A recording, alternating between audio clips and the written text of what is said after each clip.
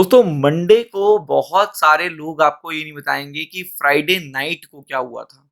Friday night और Saturday morning तक क्या हुआ है, ये अगर आपको कोई नहीं बता रहा है, तो ये सबसे बड़ी बात है। मतलब ये चीज़ मैं हमेशा कहता हूँ कि आपको सारी आँखें खुली रखनी है। सारी आँखें खुली रखनी है क्योंकि सबसे बड़ी बात ये होती है, सबसे बड़ी बात कि सिचुएशन ग्लोबल मार्केट से तय होती है, ना कि डोमेस्टिक मार्केट से। डोमेस्टिकली आप बहुत अच्छा परफॉर्म कर रहे हो और आप ग्लोबल को अलाइन नहीं कर रहे हो, तो आप ऐसे ट्रैप में देखिएगा रिटेल ट्रेडर फंसेगा कि वो सीधा देखिएगा नीचे जाएगा, सीधा उसकी कैपिटल भी खत्म हो जाएगी। तो मैं आपको दिखाना चाहता हूँ कि अगर ये सिचुएशन थी फ्राइडे की, ये सिचुएशन थी 4% का डाउन, तो आप समझ लो कि सिचुएशन क्या थी। और इसके अलावा भी मैं दिखाऊँगा आपको 5.4% का डाउन। इसके अलावा भी दिखाना चाहूँगा 3% का डाउन। तो मैं आपको ये दिखाने जा रहा हूँ, ये सिचुएशन दिखा रहा हूँ कि ये पर्टिकुलर वो मार्केट है, ये पर्टिकुलर वो मार्केट है जो डॉलर को इम्पैक्ट करते हैं।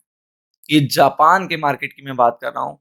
अगर ये 4% तक टूटा है और अभी आपका देखिएगा फ्राइडे का जो मार्केट था, वो बहुत ही रिलैक्सेशन के साथ बंद हुआ है।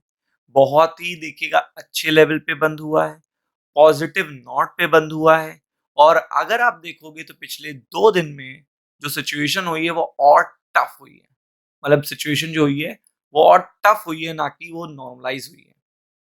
मतलब टफ सिचुएशन हुई है और साथ में अगर आप देखेंगे कि यहाँ पे ऑलरेडी मतलब जो गिफ्ट निफ्टी को इम्पैक्ट करने वाला मार्केट है वो 2694 पॉइंट डाउन है, 4% का फॉल है। इसके अलावा भी मैं मल्टीपल मार्केट आपको दिखाऊंगा, लेकिन आपको ये भी देखना जरूरी है कि यहाँ पे आपका मार्केट कैसा था। ये आपका मार्केट है, ये आपका मार्केट है, ये आप क्लोज हुए हो मतलब एक्सट्रीम ओवरबॉट जोन में। मतलब आप क्लोज हुए हो एक्सट्रीमली ओवरबॉट जोन में और यहाँ पे देखिएगा मार्केट कहाँ पे है। यहाँ पे मार्केट आपको देखने को मिल रहा है, ग्लोबल मार्केट में कोई भी मार्केट पॉजिटिव नोट पे नहीं बंद हुआ। सबसे बड़ी बात है जो इंपॉर्टेंट है इंडिया के लिए। अब अगर देखेंगे तो कल की स्ट्रैटेजी क्लियर हो जाएगी, सेल ऑन राइज स्ट्रैटेजी है, ये एकदम क्लियरिटी है। अब लेवल्स जो होंगे 24,440 है, ठीक है, ऊपर के लेवल। नीचे देखिएगा सेल ऑन राइज स्ट्रैटेजी में पहला टारगेट होगा, जो मुझे लगता है पहला टारगेट आपको अचीव हो सकता है आराम से। ये चीज तो अचीव हो सकती है आराम से। फिर अगर अब देखिएगा ये टूटता है तो आप ये समझो कि ये चीज भी आराम से हो सकती है, मतलब नेक्स्ट टारगेट होगा ये। इट डिपेंड्स कि कितना प्रेशर आता है। तो ये पर्टिकुलर लेवल तो आपको ध्यान में रखने हैं बहुत अच्छी तरीके से। इसके नीचे देखिएगा बहुत ज्यादा पेन आएगा, तो मार्केट मतलब 165 के नीचे गया तो फिर मार्केट बहुत ज्यादा पेनफुल हो गया, समझ लीजिए वो चीज बहुत ज्यादा पेनफुल हो गई। फिर 200 250 पॉइंट 300 पॉइंट कुछ भी ना समझिए, फिर 24,000 का लेवल भी टच हो सकता है, मतलब 24,000 का लेवल भी टच हो सकता है। फिर अगर आप देखेंगे निफ्टी बैंक, तो निफ्टी बैंक तो क्लियरिटी में आपको देता हूँ कि ऊपर बहुत ज़्यादा इसको दिक्कत है। 58 देखिएगा 740, ये बहुत इंपॉर्टेंट लेवल है। मुझे लगता है पहला टारगेट जो हिट हो सकता है निफ्टी बैंक में, तो आपको देखने को मिलेगा 5280 और 58,000। ये देखिए, ये पर्टिकुलर लेवल्स आपको कल फोकस करने हैं। तो ये तो आपको लेवल्स पता चल गए। अब मैंने आपको दिखाया यहाँ पे, ये देखिए, ये आपका जापान का मार्केट है, ये आपके शंघाई का है, ये आपका देखिएगा अदर मार्केट है। ये सारे कंपोनेंट अगर गिरते चले जा रहे हैं, इवन चाइना देखिए, चाइना देखिए क्या है, चाइना के क्या हाल चाल है।